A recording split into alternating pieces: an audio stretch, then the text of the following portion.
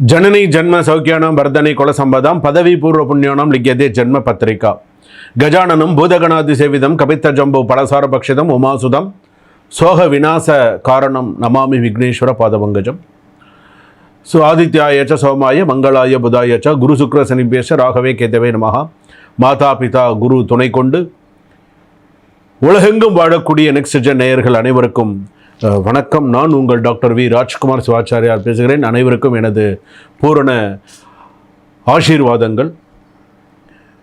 இன்றைய தினம் நாம் பார்க்கக்கூடியது வார ராசி பலன் என்ற வகையிலே திங்கக்கிழமையிலேருந்து ஞாயிற்றுக்கிழமை வரைக்கும் எப்படி இருக்குது அப்படிங்கிறத நம்ம பார்க்க போகிறோம். இந்த வார ராசி பலனில் மேஷ ராசியிலேருந்து மீன ராசி வரைக்கும் என்னென்ன சொல்கிறது, அஸ்வினி நட்சத்திரத்திலிருந்து ரேவதி நட்சத்திரம் வரை பரியந்தம் எப்படி இருக்குது அப்படிங்கிறத நம்ம தெரிஞ்சுக்க போகிறோம்.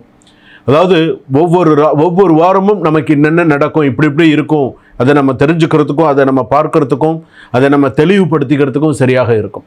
என்னென்ன விஷயங்கள்லாம் இது உள்ள ஹைலைட் பண்ணி சொல்லியிருக்காங்க, எந்தெந்த ராசிக்கெல்லாம் எப்படி இருக்கும், என்னென்ன விஷயங்களை ஹைலைட் பண்ணி சில விஷயங்கள் சொல்லியிருக்காங்க அப்படிங்கிறது இதில் நீங்கள் பூரணமாக தெரிந்து கொள்ள முடியும். அதனால தான் இந்த வார ராசி பலனை இந்த வாரத்துக்கு இந்த ராசிக்கு இப்படி தான் நடக்கணும், அப்படி தான் நடக்கும். புதன்கிழமை இப்படி தான் நடக்கணும் அப்படின்னு சொன்னால் இந்த புதன்கிழமை அந்த ராசியில் பிறந்தவர்களுக்கு இப்போ மிதுன ராசி அவங்க புதன்கிழமை சொன்னால் அவங்களுக்கு இந்த வாரத்தில் இப்படி தான் நடக்கணும், அப்படி தான் நடக்கும். இந்த வாரத்தில் வெள்ளிக்கிழமை நீ கவனமாக இருக்கணும்னு வெள்ளிக்கிழமை கவனமாக தான் இருக்கணும். அதாவது சொல்லலாம், அதை நீங்கள் அதுபடி சில விஷயங்களை ஏற்றுட்டீங்க அப்படின்னு சொன்னால் அது உங்கள் கையில் இருக்குது. என்ன பண்ணணும், எப்படி பண்ணணும் அப்படிங்கிறது. அதாவது நம்ம தெரியாமல் நமக்கு ஒரு சில விஷயங்கள் இருக்கும், தெரிஞ்சு நம்ம ஒரு சில விஷயங்கள் தவறு செய்யக்கூடாது. நம்ம தெரிஞ்சுட்டோம், ஓகே நமக்கு இந்த ராசிக்கு குருஜி நமக்கு இந்த விஷயம் எல்லாம் சொல்லியிருக்காங்க, ஸோ நம்ம இப்படி பார்த்துக்கணும் அப்படின்னு நீங்கள் ஒரு முடிவு கிளாரிட்டி பண்ணிட்டீங்கன்னா ஓகே. அது பண்ணிக்கல அப்படின்னு சொன்னால் கஷ்டம். வாங்க வீடியோக்குள்ளே போகலாம். மேஷ ராசியிலேருந்து மீன ராசி வரையில் எந்தெந்த ராசிக்கு எப்படி இருக்குங்கிறதெல்லாம் ஹைலைட் பண்ணி நான் சொல்கிறேன், பரிகாரங்களோடு சொல்கிறேன். வாங்க வீடியோக்குள்ளே போகலாம், கடைசி வரைக்கும் ஸ்கிப் பண்ணாமல் பாருங்கள். மீனராசி நேயர்களே, இந்த வாரம் ஞாயிற்றுக்கிழமை திங்கக்கிழமையிலேருந்து ஞாயிற்றுக்கிழமை வரைக்கும் எப்படி இருக்கும்? உங்களோட மைண்ட் செட் இப்போ எப்படி தெரியுமா இருக்குது? ஒரு கதவு மூடினா ஒரு கதவு எனக்கு திறக்குங்க, எனக்கு அதெல்லாம் பற்றி கவலையே இல்லை அப்படின்னு நீங்கள் இந்த வாரம் இருக்கீங்க. பார்த்து கவனமாக இருங்க. 2 கதவும் க்ளோஸ் ஆகிடும், அப்புறம் திறக்கிறதுக்கு நீங்கள் ரொம்ப கஷ்டப்படணும். ஞாபகம் வச்சுக்கோங்க, இந்த ஒரு வார்த்தையில் 1000 அர்த்தங்கள் அடங்கியிருக்கு. சரியா? ஞாபகம் வச்சுக்கோங்க. நீண்ட நாட்களாக காத்திருந்த நிறைய நல்ல விஷயங்கள்லாம் நடக்கும். அன்பு மற்றும் ஆதரவு அதிகரிக்கும். வெளிநாட்டு தொடர்பால் வெளிநாட்டில் இருக்கக்கூடிய ஒரு நல்ல விஷயங்கள்லாம் இருக்கும். சில பார்த்திங்கன்னா தெய்வ கடாட்சத்தோடு இருப்பீங்க. ஸோ நிறைய நல்ல விஷயங்கள்லாம் இருக்குது. குடும்பத்தில் சிறிய மனஸ்தாபம் ஏற்படக்கூடிய வாய்ப்பு உண்டு. யார்கிட்டையாவது குடும்பத்தில் சண்டை போட்டு அவங்கக்கிட்ட பேசாமல் இருந்து இதெல்லாம் இருக்கும். வேலை சுமை அதிகரிக்கும். கண் விழித்து வேலை செய்யக்கூடிய சூழ்நிலை ஏற்படும். சில பேர் இந்த ஷிஃப்ட்டில் வேலை பார்க்குறாங்க பார்த்திங்களா, அவங்க ரொம்ப பாவங்க. ஏன்னா நைட் ஷிஃப்ட் முடித்து கண்டினியூஸாக அடுத்த டே ஷிஃப்ட் பண்ண வேண்டிய சூழ்நிலை வரும். இது யாருக்கு அதிகமாக வரும்னா ஐடியில் வேலை பார்க்குற ஆண்களுக்கும் சரி பெண்களுக்கும் சரி 2 பேருக்குமே வரும். ஏன்னா அதாவது திடீர்னு தான் அந்த நேரத்தில் தான் திடீர்னு யாருக்காவது ஒரு ஃப்ரெண்டுக்கு ஏதாவது ஒரு முக்கியமான ஒரு விஷயம் நீங்கள் கொஞ்சம் பார்த்துக்கோங்க, எனக்கு ஒரு எமர்ஜென்சி அப்படின்னு சொல்லிட்டு கிளம்பிடுவாங்க. அப்போ அதையும் சேர்த்து நீங்கள் தான் பார்க்க வேண்டியதாக இருக்கும்.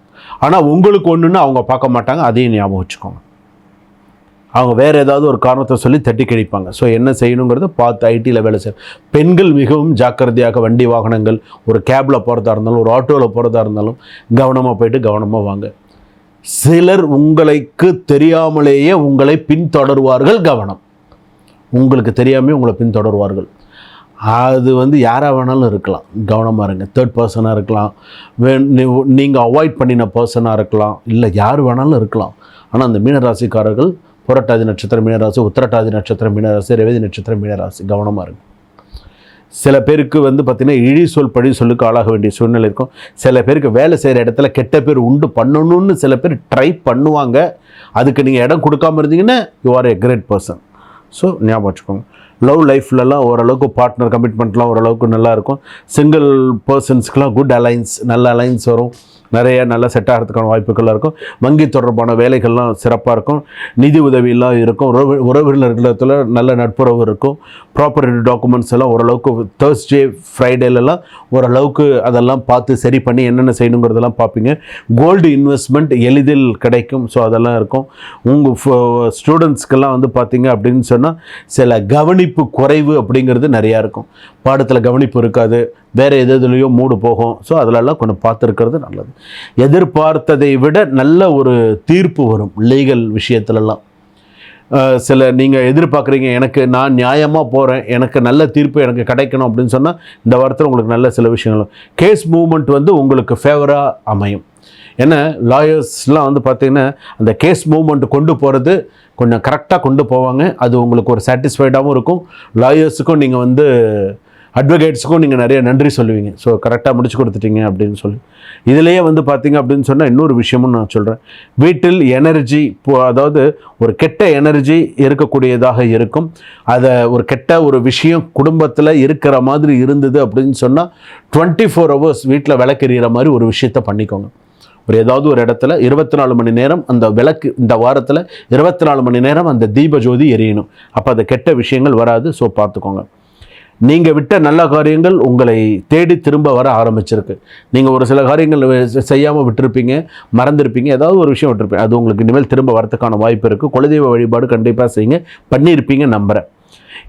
இந்த வாரத்தில் கூடியமான வரைக்கும் நெய் தீபமே கொஞ்சம் அதிகமாக பயன்படுத்துங்க. பெருமாள் கோயிலுக்கு போய் தரிசனம் பண்ணிட்டு வாங்க. குரு வழிபாடு நிறையா பண்ணுங்கள். சங்கராச்சாரியார் பெரிய ஒரு குரு வழிபாடுன்னு சொல்கிறோம் இல்லையா, அது மாதிரி வழிபாடெல்லாம் நிறையா பண்ணுங்கள். தண்ணியில் குளிக்கிறது, சைனஸ் ப்ராப்ளம்லாம் இல்லாமல் பார்த்துக்கோங்க. அதே போல்ட்டு உப்பை குறைத்து சாப்பிடவும். உப்பு நிறையா போட்டுக்கோ, உப்பை குறைத்து சாப்பிடவும். அதே போல் ஷடாட்சர மந்திரத்தை ஜபம் பண்ணுங்க. ஷடாட்சர மந்திரம், பஞ்சாட்சர மந்திரம் சொல்கிறோம் இல்லையா, அதாவது அதெல்லாம் தினமும் ஒரு பாராயணத்தில் சொல்கிற மாதிரி வச்சுக்கோ. சரிங்களா? சுபம். வாழ்க வளமுடன்.